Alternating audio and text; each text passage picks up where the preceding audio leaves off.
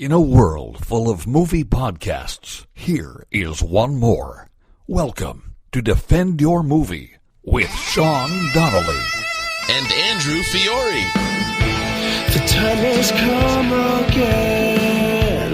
The champion must stand. It can only be one of us. Victoria! So stand up in that, my friend. There's a title you must defend. Shut it on and on. Bring it to me. Defend your movie.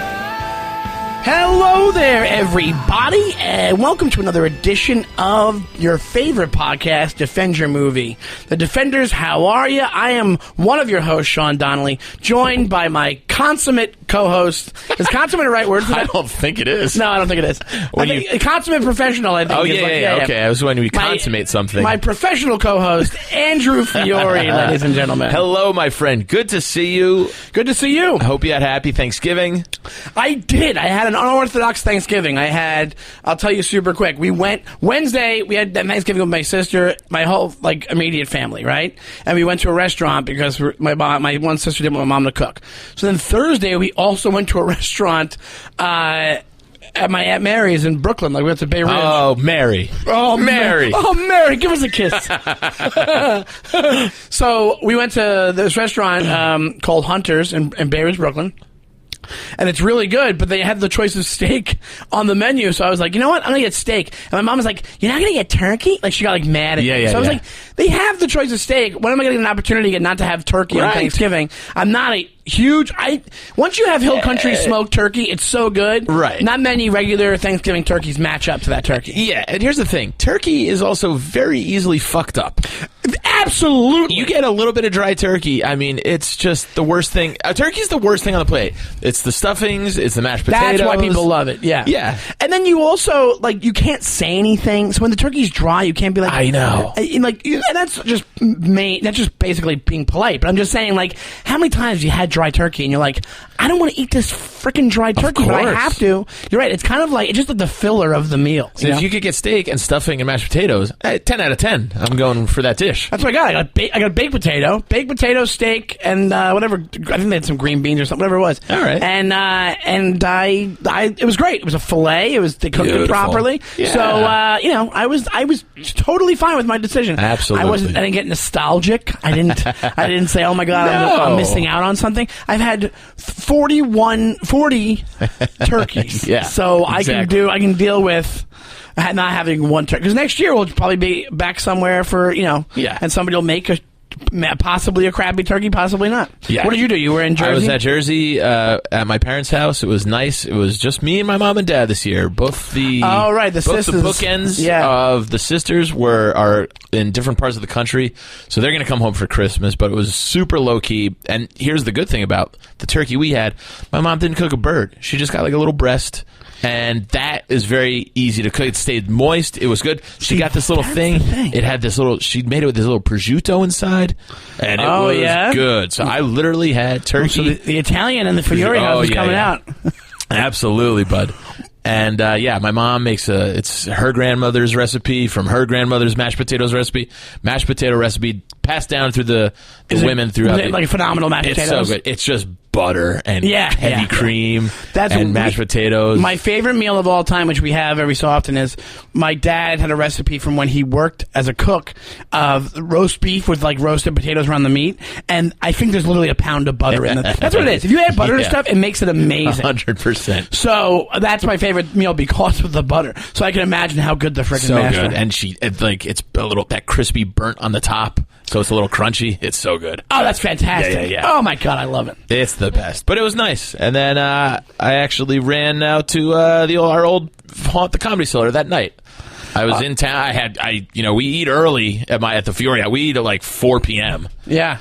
And so, I'm only 45 minutes away from the city, so I put in for it and had a little spot. Basically, had a second dinner there. Liz and the good people at the Cellar, they have a Thanksgiving feast for all the comics without homes. How was the food there? And it was great. I actually had some ham there. the best ham I've ever had in my life. Really? Yes. They get it catered, probably, I'm guessing? I think a lot of the guys in the kitchen did the cooking. Really? This, Shawnee, was the best ham I've ever had. And here's why. Our pal and yours, Liz Furiotti, who was also the GM of the cellar, is not a turkey person. She goes, so I like ham, so I get my ham. So she knows, she does it right. She makes sure it's good. It was phenomenal. I was eating it like I was holding a softball. I was just eating, I was eating it like an apple. Yeah, and that's another thing that's another trick. See, Thanksgiving is the land of tricky meals because ham's the same way. You ever have a ham that comes in that can thing when you're a kid? Like it's like the canned ham. It's like a processed ham. It's it's not good. No, you almost feel like you're eating human being. Like you. It's how I imagine human being tasting. I don't have any favorite reference, but it's like gross. There's gross ham, and then there's like 100% good roasted ham, where like you get the skin on the ham. Yeah, Whoa, I can imagine. I would have had it. Definitely. I'm getting hungry just talking about it. Yeah, now I'm starving. That's Ron Bennington. But so yeah, we hope you guys had a nice Thanksgiving last. We took the week off. We hope that's okay. We know we hate to miss an episode, but it's the holidays and it's a tough time of year for everybody. Everybody's traveling. Yes. We don't have to explain it to you. I know the defenders understand. That being said, Shawnee, we're getting into that holiday season, and what better city? Yes, but did you want to talk about the other thing first? Oh, yeah. I totally forgot. I was going to do a nice introduction. I think it's the newest episode back. I think a lot of defenders have probably watched this because of how accessible it is. And what we're talking about, it's also... of course. Came out the day before Thanksgiving, too. Which is very smart. So I'm sure it got tons of watches. On Netflix. The Irishman. Correct. And we haven't even talked... Usually we shoot messages back and forth, what you think, or a phone call, whatever it is. I haven't seen you in a little bit. I don't even know what you think. So what did you think overall? We don't have to spend too much time on this, but I wouldn't mind because of how we were dying to see it. You know? Absolutely. Sorry. You didn't. Oh, sorry. We'll let our buddy get out of the room first. Without ruining anything, I loved it. I really did enjoy it. It's long, but not in a bad way. Yeah. The CGI de-aging threw me off the very first time you saw it. I noticed it. And then there was like one other, I think we all have that little, when De Niro goes to like beat on the guy from the marketplace. Yes. That was brutal. That was brutal to watch. Get a stunt double in there. You don't got to use De Niro for the actual physical beatdown the guy because it looks like an old man. Yes, going up to beat a guy with a middle-aged man's face. Yeah, it looks like a 70-year-old beating the guy. Exactly. You're right. They could have had it shot from the back of his head or get a stunt double. Yeah, that's what I'm saying. No. If you're using all this crazy facial technology, nobody would ever know. That's what I'm saying. I'm saying get a stunt double to beat the guy up because the angle was from across the street or something. It was like not even close. Yeah. It was like a wide shot. Yeah. But I loved it. I loved the story. I love Jimmy Hoffa lore. I love mafia stuff, as we all know. I mean, it was great. I love that time frame, that time period. I like how it spans several decades. The very first time you saw De Niro in the truck, I went, that looks a little weird, but it did not bother me, and I didn't really it didn't throw me off. It didn't ruin the movie for you. And I loved Pesci. I loved Pacino. Stephen Vaughn, I think Tony Pro's name is in real life. Stephen Vaughn or Stephen Graham, maybe. Yeah. He played Capone in Boardwalk Empire. He's English, and he's also in... he was in Snatch. He's Tommy in Snatch. Yeah. He's a great actor, He's a great actor. He was so good. It had a great surrounding cast. Like, all the comics were fun to see. Ray Romano is fantastic. Ray Romano's a good actor, dude. Yeah, he's a really good actor. Yep. When he got away from Everybody Loves Raymond, he did, like, Men of a Certain Age and other little cameos. He went very like strong the quality acting route. Exactly. Because now he just picks and chooses what he wants to do. Yeah, totally. Like, that guy doesn't have to work. Like, you know, like so he gets to do stuff like this. Yeah. And you know, and he does a great job. He was perfectly cast. Norton was great as Rickles. Yeah. Sebastian was very good as Crazy Joe Gallo. But overall, yeah. I mean, not that much needs to be said. I was like, what else did you guys want? It was great. I loved everything. It was these guys making a picture for themselves now that they're older. It was like that perfect vehicle for them, for all of everybody involved. That's what I wanted to say. So when it comes to, I have a couple of comments. The 3.5 hour thing, if you're mad about that, then don't frickin' watch it, first of all. The other thing is this.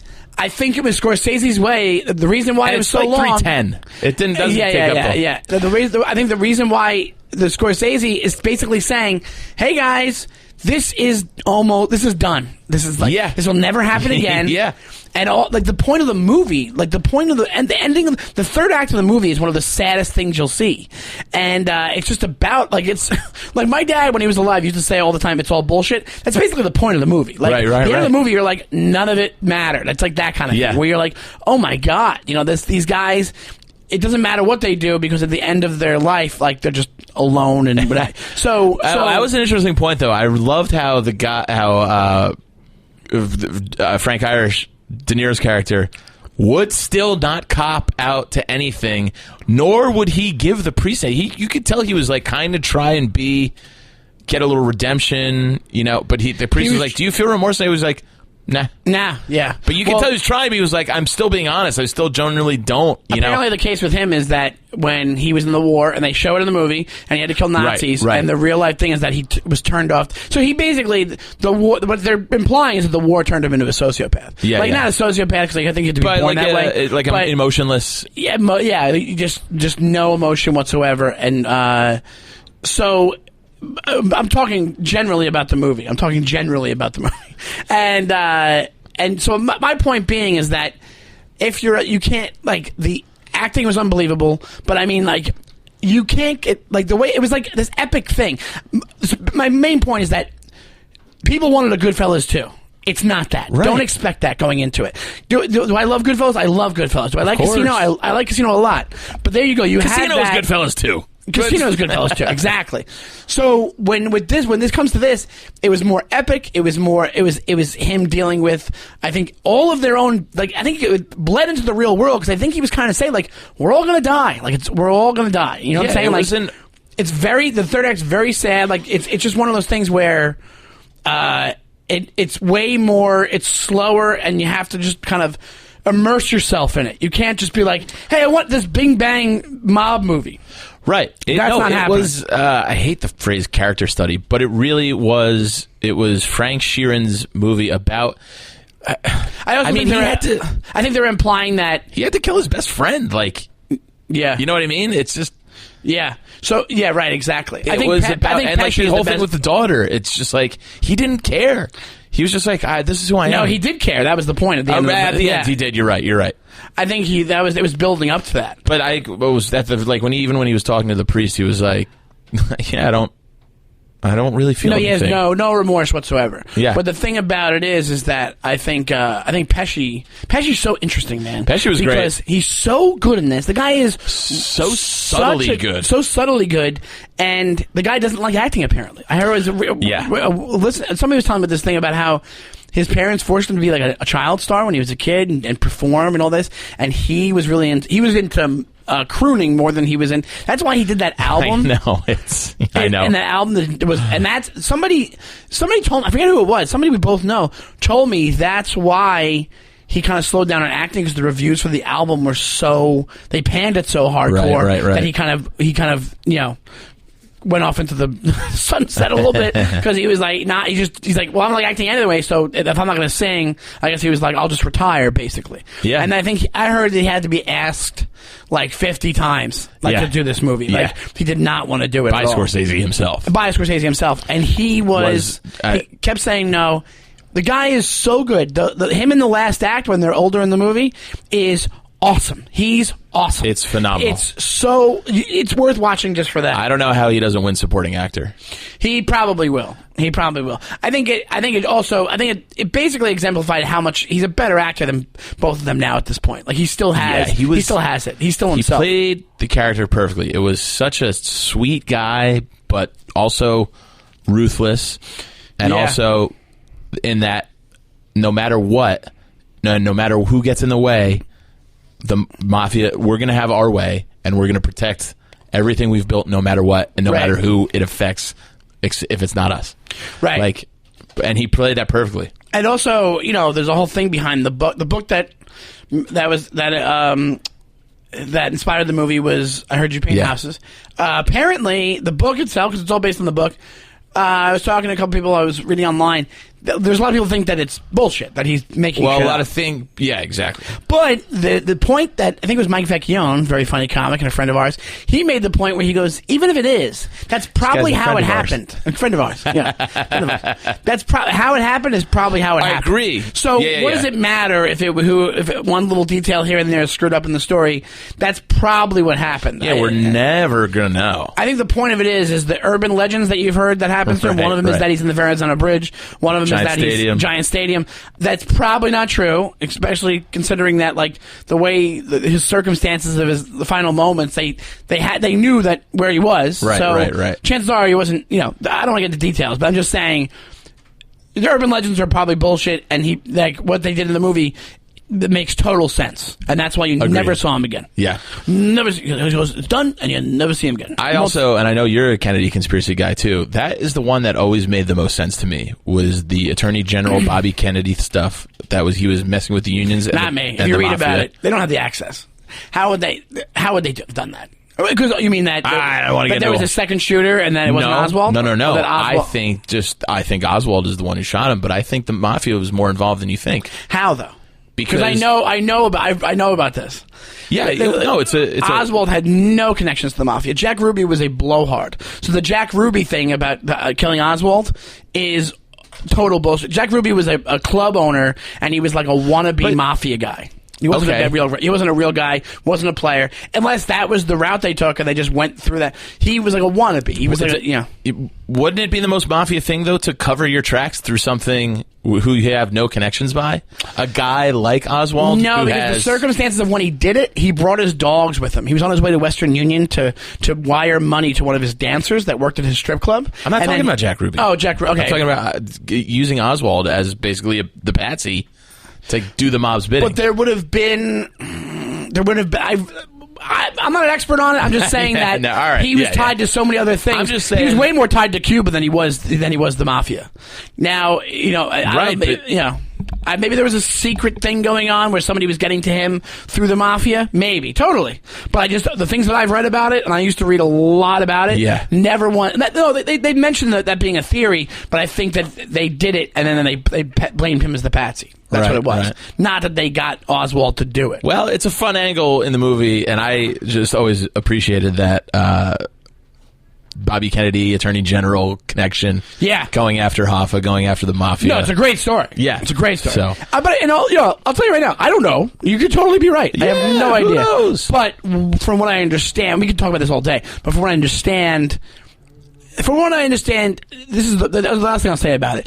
The conspiracy didn't lie in a mischievous third party that was doing it or some kind of Illuminati thing that was happening. It lied in the due diligence of what happened after he got shot. No, yeah, I and agree with that. beforehand. That's So true. if the FBI and the CIA were as tied in as they should have been back then, they would have had. If it was today, they would have had Oswald on like 2 or 3 different lists. So he might have been like, "Hey, he's in the area that day. Let's get a line on him. Let's go out. Let's follow him." Sure. Like the CIA or NSA or whatever it is. That didn't happen back then. They had a lot of ego, FBI and CIA. They fought all the time apparently. So they both knew of him, but didn't share the information. Yep. And then after he did it, they didn't look into anything else. That's where the conspiracy lies. Yeah. It could have been shit that influenced it, but the conspiracy lies. They were like, he did it, and that's it. That's what happened. Right. That's the last thing I'll say. All right, but go watch it. Obviously, these are. You knew we were going to love it. You have to watch it. I mean, who cares? Even You if sit I down don't- and watch 4 episodes of Lost in a row. You binge watch Netflix. Yeah. It's that. Just watch a 3.5-hour thing. It's not Even that if big it a was deal. It didn't. Did you ever once go, geez, how much time we have left in this thing? I never once did that. No, I didn't do it. I did watch it at luxury. I got to paused pee. it. I got to to pee. fucking do, But watch it. The other thing is this: even if I didn't like it at all, I'd say watch it because of what it means to film history and those guys being in it. And just they're Exactly. the legends that they leave behind when they're gone. You know. Obviously, we could do a whole episode on it. But as let's I get was into saying, meats and potatoes. It's a potatoes. post-Thanksgiving meats and potatoes. We're making a ham and potatoes for you today because you love the ham. As I was starting to mention before, I forgot we had to talk about Irishman, was that it's December, and this is New York City, our home, and what a better place to be during the holidays? You got the Rockefeller Tree Center, the Rockefeller Center tree, the lighting, the Radio City Music Hall. You got the Rockettes. It's New York City and Christmas go well together. Yeah. You ask a lot of people, if they're not from here, they'll say the only time they like coming here is during the holidays. Exactly. Like, nobody likes summer. Spring in New York is great, but people love the holidays. Correct. What we figured we'd do also, when it snows here, is just kind of a magical place. It's a winter wonderland, if you will. It's just a beautiful. It merges and meshes with the buildings and all the other lights. If you will, it's really pretty. I will. All right, thank you for willing. So we figured we're going to do a big 2-part episode. This is going to be the 50 best movies that take place in New York City. And it's from a publication I like, an online publication I love. It's from Complex Magazine, which is now, I think, strictly online. I like the stuff they do on that. They have a lot of cool articles. So yeah, this is through Complex. If you have a problem with this before you list, start writing letters going, how could you put that in number 23 when that was supposed to be number 2? This is our take on their top 50 movies. So we're going to give you 50 through 26 today, and then next week tune in to hear the final top 25, the conclusion. It's going to be a big 2-parter, and then we got some big stuff in store for the end of the year. We've got our best of the year, and then we've got our best of the decade. The decade's almost over, Sean. I know, it's crazy. But I'm looking forward to putting that list together. Maybe on my top 10 of the best decade. Of the decade. It's going to take me a little bit. It's going to take a little homework for us to do, but we'll get that more towards New Year's Eve. So for now, let's delve into number 50 on the New York City movies. Yeah, you want to start with it? You start. All right, number 50. This is the Complex list, top 50 movies. Teenage Mutant Ninja Turtles 2, The Secret of the Ooze. Yeah. We're not starting off so great. Well, no, but you got to remember, it's that represent New York City. Yeah, so the Times Square montage of them going to all the different pizzerias is the Turtles thing. It's pizza. And that's a very New York City thing, is pizza. Yeah. That's a cool kind of thing where you just jump around. I would put this on a list of top 50 Vanilla Ice appearances. Yes, absolutely. In a movie. I might have told you this story before. I was a hockey player growing up, and I went to a tournament in Montreal with my father when 1991 I was 12 years old. And we had an off night, and there was a movie theater, and Secret of the Ooze was out, and my dad goes, you can pick whatever movie you want to see. I'll go whatever, you pick it, and I chose this movie. And that was the last time my dad ever went to the movies with me. Is that true? He walked out and he goes, that was the worst thing I've ever seen. Wait, how old were you again? I was 12. 91. And he never went to the movies. He never went to the movies with me again. But in all fairness, he's not a movie not guy, a huge right? movie goer. We've obviously watched countless movies at home in our living room.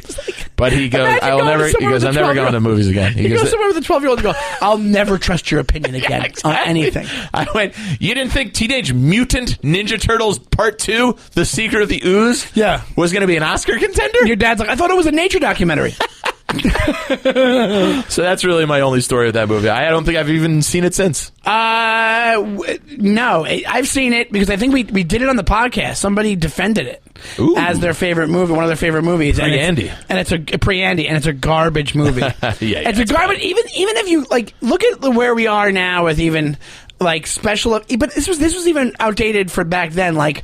Special effects and creature, special effects, like the way the Bebop and Rocksteady look in it, and the way the Shredder look. It looks like every shot that's not outside the pizza places. Yeah. In this movie just looks like, hey, you had a soundstage and you put this thing together. Right. Everybody looks it's a weird low budget movie, not a bad movie when everybody looks too big for the set that they're on. You know what I'm saying? Right. I will say this before we jump back into the list. If some things I've been watching, it is on Netflix. Start watching The Movies That Made Us and The Toys That Made Us. Oh, yeah. Because they're so fantastic. It's really for our age group and really nostalgic. The Toys That Made Us, Ninja Turtles one, is fantastic. Oh, I gotta check it out. It's really fun website. Yeah. So, number 49, Judd from 1984. A movie I have a history with. Obviously, Chudd's an acronym, Cannibalistic Humanoid Underground Dwellers. Yeah. I was in high school. And my high school friend, my buddy Nick Thompson, all his older brothers were 3 years older than us, and they all loved this movie. and we all used to go to the beach together, and I would just lay around, and we'd all sloth around, and they started calling me Chudley. They just started, you know, I was a chubby kid, but they started calling me Chudley. Give me a beer. Chud, get us a beer. Yeah. They would call me Chud.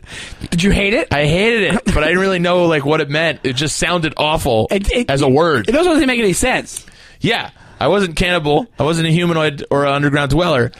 I don't know where it came from. I think one of the guys just got it in his head and started calling me Chudley, and it caught on. But so much so that I made it my not Instagram, my AOL Instant Messenger username was Chudley97 back in the day. Oh, so you liked it back then? I used it. I was just like, what am I going to do? You accept a nickname, you accept a nickname. And you were like, these kids, they're accepting me as Chudley. I got to be Chudley. Because nobody else really knew what Chud was. Yeah. I made a Chud joke recently to a girl, and she was like, she was stuck on the subway, and she was like, I got to run. I was like, don't let the Chuds get you. And later, I was like, did you ever? She was like, I had no idea what that meant. Yeah, it's 84. That's why. Yeah, we're just old. And I'll tell you two things about this movie. I never watched it because I was too scared to watch it. Yeah. Because that's me with scary movies. And I never realized what a cast. I know. John Goodman, Daniel Stern. And John Hurd. You know who John Hurd is? The bad guy from Big. And he's in Sopranos as the crooked cop. Of course. He's the dad from Home Alone. He's dead now. He died. Right? Isn't he Peter McAllister? He's Peter McAllister. Had a bad time when he was stalking his girlfriend, his ex-girlfriend, apparently. And then he died not too long after that. But really good character actor. Really good. Right. Underappreciated actor. Let's go to 48. Maniac. I know it. You know it? Yeah. So you're a big... This is the horror part in It's a slasher movie, and it's a really gory one. You would not enjoy it. Yeah, I watch it. I think I remember the video cover. It was a guy with a knife in his hand. Exactly. Yes, and you would kind of know this was one of those ones you'd look at in the video store and go, I feel scared being around that. But it's got Tom Savini before, like, as an actor before he like really got into all the special effects stuff. Yeah. And it's it's just a New York City serial killer, and he goes around killing women, and it's scary. And it's a city it's a Friday the 13th in New York City. And all right, that's cool though. Yeah, it's a slasher film. And as far as the representation, all the ones that are in New York City in the 80s, people should watch because it gives you a peek of what made New York City cool. Yeah. Which when it was like this a complete shithole. Like that's why people had this badge of honor of like when you can make it here, you can make it anywhere. It's a lot of that was 70s to 80s when it was pretty tough to live here. Yeah, and I think this guy Joe Spinell, who played the Maniac, just might have died recently. Oh, really? But this is a very cult classic horror film. Just got really New York City as a backdrop for a slasher film, really. Yeah. But the next one is number 47. Number 47 is King Kong, 1933. All right, let's be honest. I have never watched it. I have never seen it from start to finish. We all know the famous the scene. Fay Wray scene on top of the Empire State Building. This is back when special effects looked like just stop motion animation, which is basically what it was. Too much more time on it. It spawned some never really great sequels, or remakes rather. They all never really lived. Like the one in it's considered a good movie. It's considered I think a good film. Like as far as what it did back then. Like Empire State Building scene, like the planes and all things. Like that's really cool and really for 1933. For 1933, and it must have been good enough that the story stayed. You know what I mean? Like there's tons of like the King Kong as a monster. He stayed in the public eye for years and years and years. It's an iconic scene. And they just got better and better as far as effects go. Now here's a big one. Number 46. I'll just let you take it away. No, go ahead. 1985, the aforementioned Martin Scorsese's After Hours. Amazing movie. Big one for Shawnee. Great movie. Love this movie.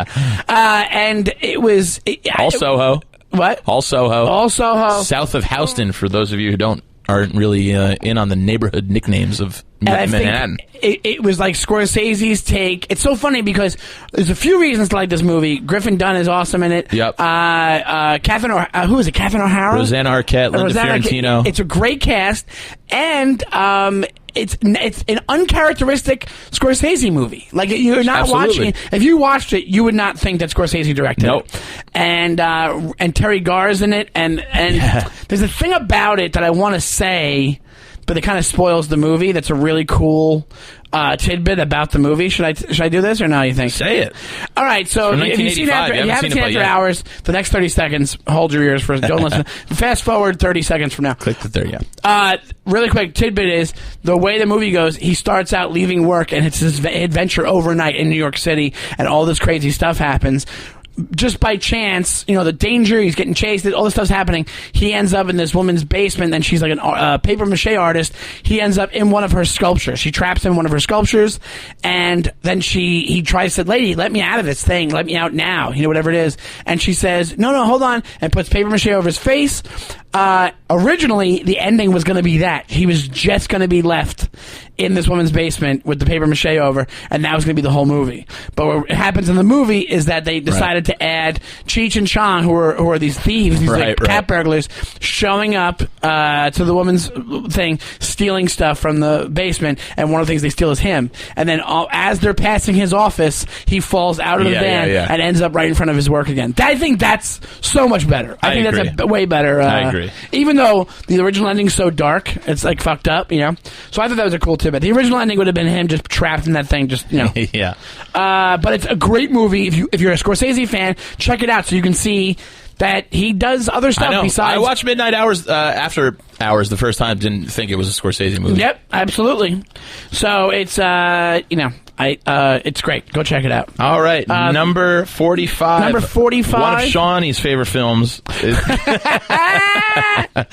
a 1980. You don't. A lot of these directors you don't wouldn't realize think, are matched with the movies. It's Cruising. It's essentially about the gay scene in the late 70s, early 80s, and what those famous, iconic gay bars, and even the seedier kind of scene, the gay scene at that time was. Yeah, it was like the peak. It was basically. I don't want to sound like an asshole when I'm saying this. It was the peak time of when AIDS and HIV was being transferred in the gay community. Absolutely. Not that it was only being transferred there, but it was, and I think it was how kind of the debauchery that could happen in the scene. It was at least William Friedkin's take, which again, William Friedkin, Exorcist, something else I can't think of right now. I don't think a lot of people are in the LBGT community very happy with the way this movie portrayed them. No, I think it's probably very outdated. But there was that element. And that was a very real part of New York City. It was a real there was thing the that gay happened, BDSM clubs, and it was a lot of, unprotected gay sex and a lot of transmitting of diseases and drugs and all that stuff. So you might not be happy with the way the movie was made, but I mean, there was a real thing at a time. And it was a big deal because Pacino was in it. Yeah. And it was Pacino pre... Paul Sorvino. Pacino. Yeah, Paul Sorvino. So... it was a very big deal, I think, because of that, because of the director, and it was Pacino. And it kind of brought that out into the lexicon, but it was still when people were being very super homophobic. I just thought Cruising is a gay maniac. It's essentially the same kind of movie, where it's just like a serial killer, but he's targeting gay nightclub patrons. Everything's just maniac. But you can put anything into maniac. But yeah, I think now at this point it stays in the lexicon of the movie world because of the director and Pacino. But I think you asked a lot of people of a lot of LGBTQ plus. So just if you ask a lot of them, I think they would say it's a blight on the record. It's a shitty movie because of what it does, I think. But back then, that's do your own research if you want to search very it out. Outdated. Yeah. The next one, I like you got to go back and you still got to know your history. You still got to be well versed so you can talk about and discuss things. You know what I mean? Just because, don't just listen to us two goons. Number 44, I don't have any experience with other than what I've just kind of seen commercialized. Yeah. Which is Chelsea Girls from 1966. It's Andy Warhol. Paul Morrissey, the comic.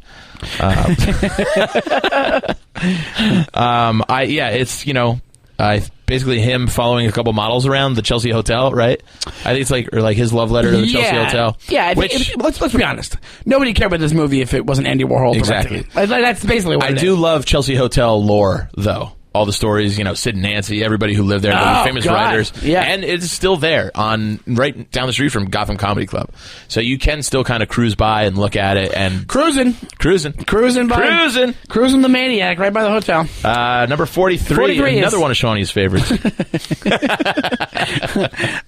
Saturday Night Fever is what baby. we got here.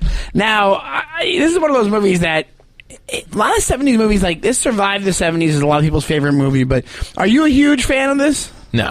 I think it's there's things I saw it twice. I never was a huge fan of this movie.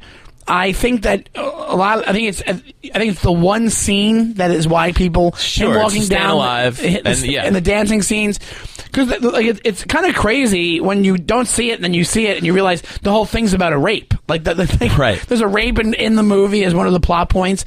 So it's like, I don't think it holds up well. I think Travolta was in it. So Travolta was such a huge star that people were like, this is a shot great him movie. Also into superstardom. Yes, but I also just think this is such a encapsulation of a time and a genre and a trend that portrays it pretty accurately is why people really hold on to it.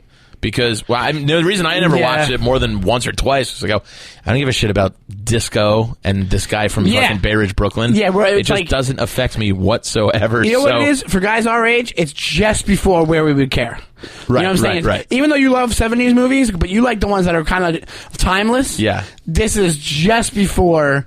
There's no nostalgia here for me. But again, you're right. It doesn't. When I think disco, you think of this, of course. Yeah. And great New York City accents, family scenes and stuff like that, and just slice of life in New York at that time. And disco affects us. I didn't know this fact. We're both stand-up Lay it comedians. on me. Do you know the reason for the big bump of comedy clubs in the 80s? Because it was all the discos that were closing down, and they just turned them into comedy clubs. Yes. When I first heard that, it blew my mind. I'm like, that makes so much sense. Yeah. You're using the same They properties. literally are still using the same. Yeah, exactly. So, we got to get moving here, buddy. Yes. Well, next one, I have no idea about it. No, we can skip right over number 42. Man Push Cart. I guess it's a documentary, maybe, or even a fictional piece, but it is probably a pretty interesting movie because I eat from these guys all the time. Halal guys, hot dog vendors and stuff. I love street meat in New York City. So I might check it out, but I can't speak to it. I don't know anything about it. This next one I might check out because I just saw the cast. James Gray. I don't know what else he directed. Two Lovers from 2008. I mean, good cast. Yeah. I don't know it. It's well, you know what? Makes sense that we never heard of it. Hopefully, viewers will seek out James Gray's criminally overlooked Two Lovers. It's Joaquin Phoenix, who can do no wrong in my eyes, pretty much at this point. Gwyneth Paltrow, who's good, and Isabella Rossellini, who's pretty good. She all right. They have a bunch of Brooklyn neighborhoods featured in it. It's art house cinema. It's I think it's probably an indie movie, and it's I give it a shot at least. And the next one, number 40. Woohoo. You want to say it? 1993 Brian De Palma film Carlito's Way. Now, what is your take on Carlito's Way? I'll give you my whole take on Brian De Palma. Very overrated Overrated. filmmaker. So overrated. Absolutely. And we've said this before, I think, on the 100%. podcast. I'll tell you my two big overrated guys.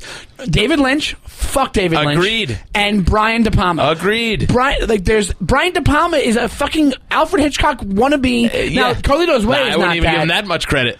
Well, when there's a movie called Blowout that he made that messes with sound editing and stuff like that, and it's hailed. And John Travolta's in it. It's from 1981 or 80, and he plays a sound technician that gets caught up in this whole I think it's a murder, whatever. Yeah. But they basically treated that that's a Hitchcockian type situation, and I'm like, no, it's not. And then he did also whatever he did, Dress to Kill, and I'm not a fan. I'm not a fan of this guy.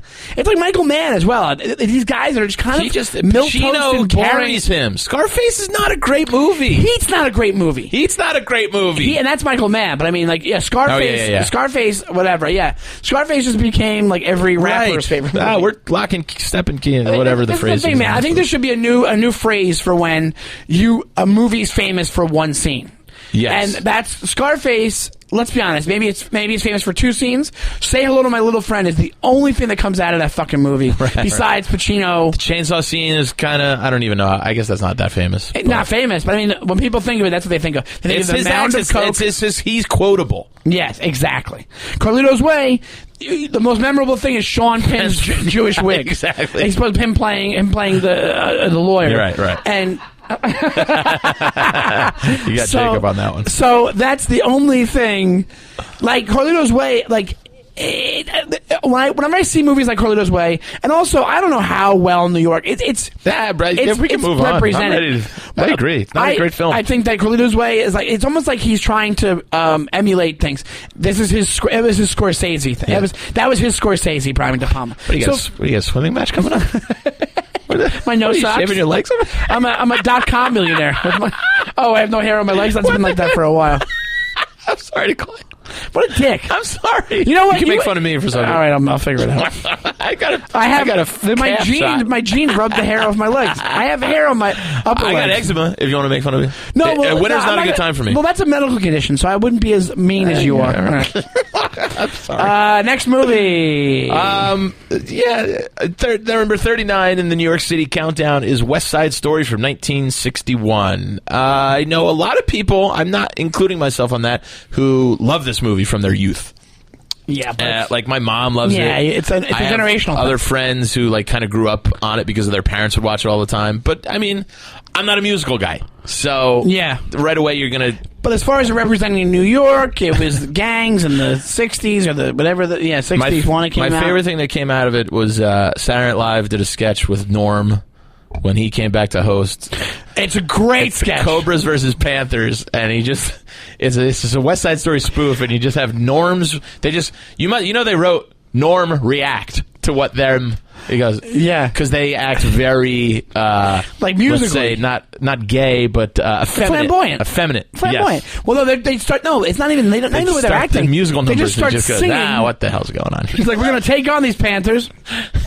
We're going to kill him. And they're like, yeah. And they're agreeing with him. They go, gonna get the Panthers tonight. And Norm Macdonald goes, what are you doing? What the hell? Broken a song. And then the Panthers show up, and they're all tough. And he goes, ah. He's like so nervous. Panthers. Rawr. That's not good. You're right. That is the best. That's the best thing to come out of West Side Story. I think it's supposed to be a beautiful love story. It's Romeo and Juliet told. Yeah. And in New York City, it's a very New York City movie. But I think it's entering that thing where it's like an ancient movie. It's not many people are mentioning it as much. I think it used to get talked about a lot more when I was younger. I think it's still a musical. I think a lot of people have a soft spot for it. Yeah. The next one. I watched this when I was younger. I think I was a teenager when I watched this. Number 38 on the list of Complex's top 50 New York movies is Juice from 1992. Omar Epps, Tupac Shakur, Jermaine Huggy Hopkins. I guess it has. Oh, does it have Samuel Jackson? Yeah, it did, right? I mean, without being stereotypical, he's got to be in there somewhere. Yes, Samuel L. Jackson. Yeah. So it's a Harlem-based movie. I think Juice was the one that has the famous sandwich scene where the guy threatens to kill the Vietnamese store owner because he won't make his sandwich. I forget what it was. Yeah, my friends used to quote that shit all the time. It's an okay movie. You could see Tupac kind of had some decent acting chops, but then also you'd look at him and go, what the hell was that? Like he was good and then he was bad. He couldn't find a middle ground. Yeah, it's a very New York. It's good because it's a movie based in Harlem. But one of my all-time favorite soundtrack songs, though. I mean, Juice is Eric B. and Rakim is one of my all-time favorite songs. I think that's what makes it. And that's what makes it the most famous. I think you're right. Yep. Let's go on to the next one. Here's another one, and I have a question for this one. You want to say what it is? 1990s King of New York. We all famously... Christopher Walken couldn't be more Christopher Walken in this movie.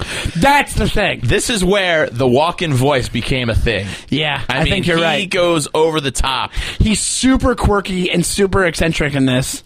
And I'll never forget, because it came out in 1990. I think I saw it when it came out. I think my dad let me rent it or something. Yeah. And there's a scene, and I was 12, and there's a scene where he makes out with the girl on the subway, and her boobs are out, and I just remember being so excited. Yeah. When I was 12 years old. I'm like, this is the best movie in the world. But besides that, it's kind of like a pretty... It's okay. It's worth a watch if you've never seen it. Yeah, it's worth checking out. It'll give you. You know what? I think out of all the ones we've talked about so far, representing New York, this one the most so far. Okay. Honestly, so far on the list, if you want to know what New York's like, watch this movie. Or it was like in the late 80s, early 90s, whatever it was, when it came out. Also, another great, Abel Ferrara, who's a famous... I think he did Sea of Love. I think he did a bunch of famous movies. But another guy who was kind of boring. Christopher Walken, David Caruso, before David Caruso made the huge mistake. Wesley Snipes, Giancarlo Esposito when he was young. And Buscemi. And Steve Buscemi when he was young. That's great. And Neighborhoods featured Midtown. It's worth checking out. It's definitely worth checking out. The next one. Number 36, 1985's Desperately Seeking Susan. I watched it a lot as a kid. I watched it a lot as a kid, too. I never really understood it, and I was just always kind of like, why am I watching this as a kid? You watched it because Madonna was in it. Yeah, that's why. That's why everybody did. It's not a great movie. I don't really have any thoughts on the movie. Rosanna Arquette is in it. She's good. Yeah. It's another one that uses a lot of cool locations from New York, if you want, and it's very 80s. So if you want to check out New York 80s or just a very 80s movie as far as dialogue goes, and Madonna's in it, and that's the only selling point of this movie. It didn't matter what the movie was about. Have Madonna, because she just plays. She plays whatever her name is in it, but she's the one that they're all this mystical, magical girl in this movie. Like, they're just around her personality. Right. That's the whole thing's based. Next one is fantastic. Jeez, you want to talk 35, a little high, little low on the list, actually, if you ask me. It's 1984's Frank Oz vehicle, Muppets Take Manhattan, a childhood gem. Oh, my God. I wore this movie tape out in our VCR. Yes, it's such a good movie. It is great New York. Like, I love when Kermit has amnesia and he becomes like a ad executive, and so you get to see like the New York City, like the high rises, the office buildings. You get to see Broadway. You get to see like downtown diners. You get your first. That was the first time I ever became aware of what's the restaurant with all the famous caricatures. Somebody help me out here. Sardi's. Sardi's, yes. Yeah. And I was just Remember always thought that Kramer was the coolest goes to thing. Sardi's? Yeah. It came out early enough that I wasn't going to Manhattan every day to go to work. So right. It does. It gives you, because you're a kid watching this, it gives you a really, really good picture of what Manhattan was like. I loved it, but in a very fun kind of way. But then it goes, like you said, it goes. Kermit. Where does he go again? Like the Midwest or something? Or I forget what he does in it. And then he like. Doesn't he? Or does he become a businessman? Is that he what becomes it is? an ad. That's right. I'm sorry. I'm sorry. With all the other frogs. Yes, I'm screwing up. I'm screwing it up. Yeah. And then also it has the guy from the son from Dirty Dancing is in it. Right. He's in like 3 movies, and that was it. That guy. Definitely, you could watch Muppets Take Manhattan now. If you have kids, sure. You could definitely show it. Yeah. I'm surprised this one's a little low as well. It was a big deal. This movie was a big deal. Sure. And it also, you want to talk about if Saturday Night Fever encapsulated an era, absolutely. This encapsulated Great an era. point. Yeah, it's Wall Street, number 34 on Complex's list of top 10 years later, 77 to 87. So you're perfectly right. Yes. What happens is it basically shows you the good and bad parts of like the yuppie scene, the Wall Street yuppie scene, the decadence, cutthroat. Drugs, money, power. That was 80s, and it being in the 80s, you have so watch it. You have that 80s feel. The music, it's actually got a great soundtrack as well because it has Naive Melody on it. Naive Melody, Talking Heads, Talking Heads. So it's a good movie. But if you were born in 2000, it might be like too much of an old movie for you. Spaced out Daryl Hannah going, what? Yeah. They fucking tranquilized her on that movie, I feel like. Oh, sure, absolutely. But yeah, Charlie Sheen before he was, kind of insane Charlie Sheen. Great Michael Douglas. Just a good, solid, all-around flick. Boiler Room before Boiler Room. Boiler Room before Boiler Room, yeah, and it's Oliver Stone, and Oliver Stone I actually am not a huge fan of. Me neither. But is this the best thing he did? Well, Platoon people love. Yeah, I don't know. It's up there. It definitely might be the second best thing that he did. Maybe we could do Stone versus Stone. We'll get Greg Stone in, and we'll do Oliver Stone versus Oliver Stone. I'll do it. Number 31, 33. No, 30. Oh, yes, you're right. Sorry. Yeah, 33. This movie I don't care much about, to be honest. Shut your mouth. Nice job. Talk about Shaft, obviously. I don't really care about it at all either, but I saw it. I don't even know if I've seen the whole thing, if I'm being completely honest. I saw it once on TV when I was a kid. I'm not huge. I don't care about the character. It wasn't. You know what? It wasn't part of when I was a kid. So it was one of those things that didn't follow through with me. Yeah, the only even Dirty Harry. Things like that. I don't mind a badass character, but like Beverly Hills Cop, Axel Foley, right? It's a comedy, but like I'm excited for Beverly Hills Cop 4 because I love the character. Right. This was just out of my time. It's a thing that can be ignored easily. Number 32, WYLDSTYLE from 1983. I never saw it as a kid, but here's why it always kind of struck a chord with me. Because when I was a kid and I would come in from New Jersey to mid-'80s Manhattan, graffiti fascinated me. Yeah. It was everywhere. It was unavoidable. The art, the design, I just was taken with it. So when I was older, when I was in high school, I finally got to see the whole entire WYLDSTYLE. And it's a cool movie. It's a cool movie. I haven't seen this in years. I watched it when I was a kid because I was obsessed with breakdancing. Yeah. I was obsessed with that whole scene. But I haven't watched this in forever. But I remember watching it as a kid, and then I bought parachute pants. I think after and then I got I would just get boxes, and then we would do cardboard boxes, and then I'd have my friends over in my basement in East Meadow, Long Island, and we would all try to breakdance. I think I have pictures of us having like a breakdance party. It is kind of corny looking back now, but at the time it gave a spotlight on like that early hip hop culture. Absolutely, and also the parts of New York that you wouldn't have seen. Yeah, and really burned out Bronx. And it Before really the Bronx is the Bronx. It helped the hip hop world. Having a movie like a feature length movie theater movie about the hip hop scene back then is crazy. And this is where I think Fab Five Freddy became discovered, and then MTV Raps became a thing a couple years later. But I think I watched this a bunch when I was a kid, and I couldn't tell you one thing about it now. Right. But at that point, I was like 5 years old. But I definitely watched it. Number 31, take it away. I'm surprised this is this low. This is too low because this is the reason why this one's low. It's 31 it's is nostalgia. It's the Warriors.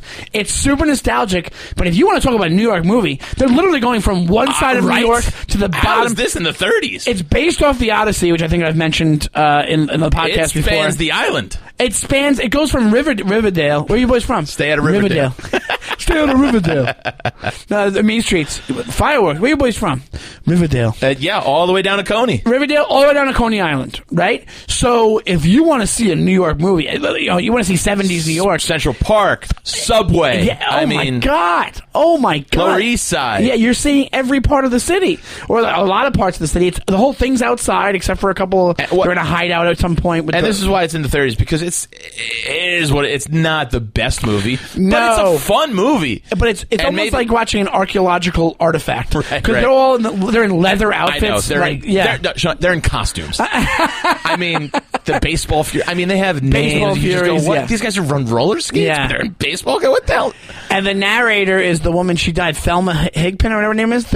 She was the voice of the Carmen Sandiego sidekick. The voice of, but it's worth.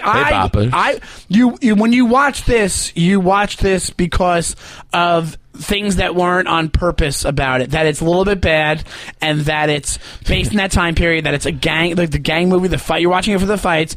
You're watching it for like the kitsch of it more than anything else, right? Yeah. Wouldn't you say?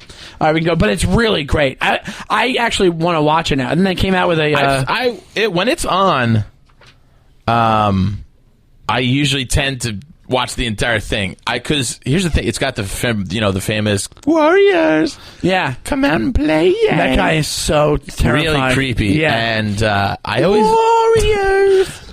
The last time I watched, it ends in Coney Island, Brooklyn, and then the Eagles is in the city comes on. It's the song over the credits. You go, the song's about San Francisco. It's so blatantly about the city. Why the hell did they choose? It's my only Eagles song I like. But I think because they weren't like, hey, this is a quintessential New York movie back then. I'm dead wrong on that. No, I don't know. They probably somebody write in. They're from San Francisco, aren't they? I don't fucking Eagles. They're from California. The Eagles are terrible. This one I'm okay with this placement. Number 30. I don't know. It's a pretty big New York movie. Oh, no pun intended there. Big. I just gave it away. Big. Number Penny 30. Marshall. I mentioned it before because John Hurt is in it. He's the bad guy in this movie. Exactly. He's Elizabeth Penn. What's her name? Yeah, Elizabeth Perkins. Is his boyfriend. He's It's a her toy boyfriend, executive. But you all know the story. This movie is I think it should Here's be the lower. thing. I think It's it should be lower. Jersey mostly, though. It's Jersey Oh. where they grow up and so it's just really him in the city. It shows the wonderment of the city. It does. Like, actually, it gives you a good perspective of like, hey, it's a big deal. I'm here. It's dealing with the hustle and bustle. It's got the Zoloft machine. Zoloft. Zoltan. I am a goon. No, but this movie was a huge part of my childhood. Same. A gigantic part. I mean, I had the handshake rhyme down. Shimmy, shimmy, Cocoa Puff. Yeah. And he was that kid was working for a while. Here's the thing. I just don't. The city is just. It's not about the city at all. It's just the backdrop. It's just the backdrop. You're right. It's the. That's why I probably should stay. That's a good point. But I think the movie itself. It's got Robert Loggia in it. Robert Loggia. Iconic scene. A good movie with an iconic scene. The piano scene is like.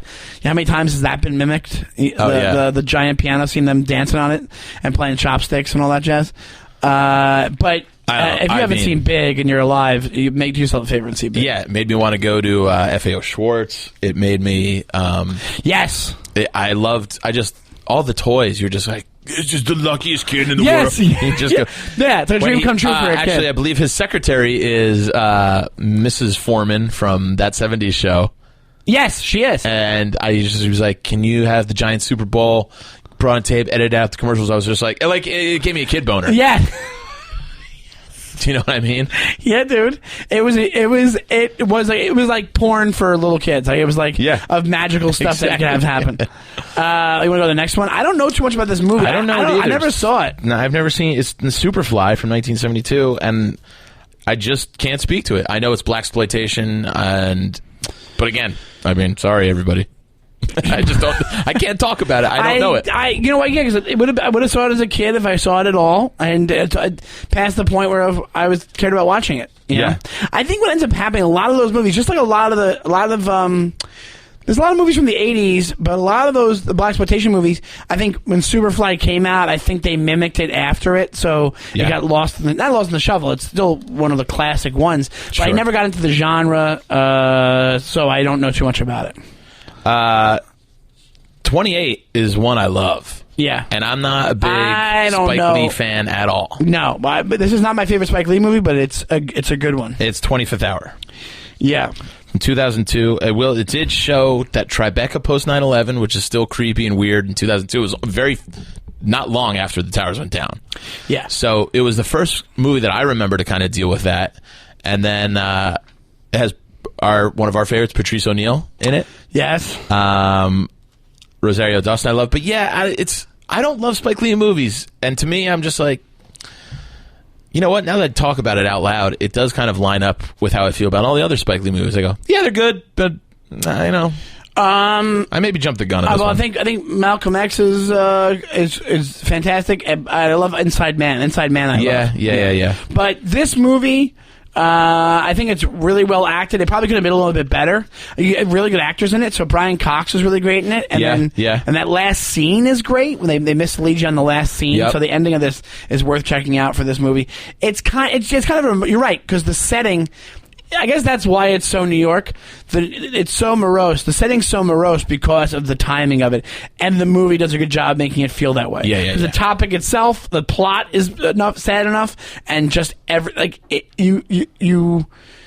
kind of puts you back into that mindset of what you were. But it's good. It's not great. It's good, I think. All right. This is the one I couldn't think of earlier. Number 27 on our list from William Friedkin is The French Connection. People forget it's the same guy who did The Exorcist. It's the same guy who did Cruising. I just couldn't place it at the time. Obviously, iconic chase scene, New York City. It's the New York City chase scene. Popeye Doyle. Popeye. We talk sometimes in the podcast about movies creating tropes. French Connection created a lot of cop movie tropes. 100%. And that's why it's worth checking out for that. It's got Gene Hackman. You're not getting Gene Hackman anymore. You got a post-Jaws or a pre-Jaws Roy Scheider. Yeah. And you know, it's one of the most badass, I think two of the most badass things that Gene Hackman ever did. Even though I love him Tenenbaums, Mississippi Burning and this. He played two badass. Yeah. So I'm gonna live. It's worth checking out for that. Dad, you were never sick. But I'm gonna live. Absolutely. Yeah, one of those. Yeah, if you're a film buff at all and you haven't seen it, you owe it to yourself. Yes, absolutely. Now, this is another one, the 26, to wrap up our first half of the top 50 New York City movies. Number 26 is Larry Clark's Kids from 1995. Fascinated me when I was a kid because I was 16. I was right in the age group. I was 18 when this came out. Yeah. You were not 16. Yes, I was. 95. Oh, 95. Sorry, I was 17. Really weird thing to pick apart. Because I was like, no, we're not that far apart in age. But I didn't realize it was 95. You're like, Kramer, happy birthday, Faruba. It's the name's on my birthday. He goes, I think it is. I think I know my own birthday. So, I remember this. But yeah, I remember this movie freaking me out. I think it freaked you out, right? Absolutely. This was a world that I was not privy to. People having sex and like AIDS and drugs and clubbing. It was everything I witnessed from afar from the suburbs of New Jersey that was going on 45 minutes away from me, and that's why it was so fascinating to me. Well, I'll tell you skateboarding. I mean, I loved all this stuff. Well, I didn't, I love skateboarding, but I didn't know anything about the day in the life of a New York City kid who's got free run over the city. Yeah. Now, here's the thing. I'm kind of privy to what it was because, well, not the dark parts, but I was privy to this because I used to, on a very fringe level, hang out with these people. Yeah, the people in the movie, like, they have Harold Hunter in it. They have this guy. Or Leo Fitzpatrick is actually from West Orange, New Jersey. Yeah, right near me. But I'm just saying, this is basically where all the locations and stuff is where when I was 17 and 16, we would come into the city and skateboard. Yeah. So I had a real personal, weirdly personal, but also detached because I was like, I didn't hang out with them like that. Like I knew some of these guys. This guy, what was his name? Ramirez, whatever his name was. He's in the movie, but. Washington Square Park, I used to hang out with those dudes there, like around them. Do you know what I mean? Like our friends would come in and we'd all be skateboarding, so you're adjacent to this. So when it came out, I was like, this is fucking crazy. You think Casper contracted HIV? Yeah, I do. Nah, I don't think he did. You don't think he did? Nah, he had sex with Jenny. He had sex with fucking... They were straight. Jesus Christ. It's very hard to... Oh my God. What, did you become a dad from the 90s? Yeah, you can. I'm kidding, of course. I'm kidding. I don't know if he got. Maybe he didn't. He had sex with her once. Just purely very possibly. He didn't. But I think the implication is, holy, you're watching it going. Of course, you're going. No, she's got it. You're gonna get it. Yeah, it was crazy. It's still. It's I guess it was once again we have another movie. The thing about New York is that it's always kind of, for at least for a while, I don't think New York is cool anymore. It kind of was an era when New York was still cool. I'll tell you what came out of that scene was Supreme. I was talking to somebody about this the other day. Oh yeah, Supreme was a skate shop we used to go to, and now it's a $1 billion brand, whatever. Back in the day it was just a skate shop. That's all it was. Right. And it was on Lafayette or Houston or whatever it was. And that's what I remember from them, like going to, there was place Benji's and going to Supreme and then going to the Brooklyn Banks and then being around it, but not being in it. Like I wasn't I didn't know them like that, but there's people in it that I have hung out with, like that kind of thing. Yeah. But like on a very basic level. But it's not the greatest movie. No. But the subject matter, it's very New York. It's super New York. Like New York's like, it's a, again, perfect snapshot of that time. Yeah. For that age group. I met Leo Fitzgerald, right? Patrick. Leo Fitzpatrick. I met him in a bar once. I used to see him in the East Village all the time. St. Dimphus. Oh, yeah, sure. Closed. So would you say it's like worth checking out? Would you say it's worth checking out, Kim? Yeah, absolutely. I'll tell you, mid-90s came out. Mid-90s was a wannabe. Yeah, of course. Mid-90s nailed the era, like we talked about on the podcast. But it's hard to ignore how But this is a way better movie than mid-90s. Way better movie. Yeah. But mid-90s, but this did it in the 90s. Right. Mid-90s pulled off and it's a little bit of Kids Light. Like, it's not as hardcore, but it's it's still kind of dark. It's L.A. Yeah. It's Kids West. Yeah, exactly. But I'll tell you, back then, all the trends came this way. Like, yeah. So I don't know if you remember. Did you use the skateboard or you didn't? I rollerbladed more so than skateboard. I was always fascinated with skateboard culture. There was a skate shop in my hometown, but then I was a hockey player, and then I started rollerblading. I mean, I was doing going down rails and doing all that shit. That's like, at a badass. pretty good pace, but I never really got beyond a kickflip. You know? Oh, on the skateboard? Yeah. I was very basic. I was like kickflip, heel flip, 180 ollie, manuals. Right. Yeah, I would ollie I up a grew up manual. with Tim O'Connor, became a professional skateboarder. He's a big deal. Yeah, he lived 3 doors down from me. Oh, did he really? Yeah, and you could tell he was doing so shit. good. I knew guys like that. Yeah, I know guys like that. Yeah, the guy, the one that was his name, Anthony Papalardo, who ended up becoming pro. Right. And I actually didn't hang out with him a lot. I didn't know him that well, but my friends knew him. I knew him a little bit. Yeah, but. It's right in my wheelhouse of when I was a teenager. This movie. For sure, man. And it's definitely, I'd say it's worth checking out. But it's very 90s. It's a very 90s movie. And it was just like that thing. It was kids your age talking about like anal sex, and Rosario Dawson was. Yeah, I was. You were in love immediately. Yes. Chloe Sevigny, and I'm saying it. At the time, I was in love with the kid. I was a kid as well, saying this. Well, you know what it is. But you're from Jersey, you're from Long Island. It's like how oh my god, the city kids are dangerous. Right, exactly. And it kind of like the clubs. I was just like, if you had put me in that city, I would have. I don't know. I would run out crying. Yeah, I was in Long Island. I was a sensitive little boy. I gotta get back to New Jersey Transit. Yeah, the last LIR train is at 11. I gotta be home by 10:30. But yeah, that's the top. That's 20, 50 through 26. 50 through 26. The bottom half of Complex's top New York movies, and I think they're doing pretty good so far. I'm actually really excited to see what's in the next ones. They had some. Yeah, there's a a couple lot of great favorites of mine in the top 25, and we will get to them next week. Shawnee, where are you going to be this weekend? Tell them where you're at, where we can find you. This weekend, starting this Thursday, you'll get this on the Friday that I'm there. I will be in Crackers in Indianapolis, Indiana. Baby. It's a great club. It's a fun club. If you live in the area or if you know somebody, come on out or tell your friend. I'm doing 5 shows. Thursday, 1 show. Friday, 2. Saturday, 2.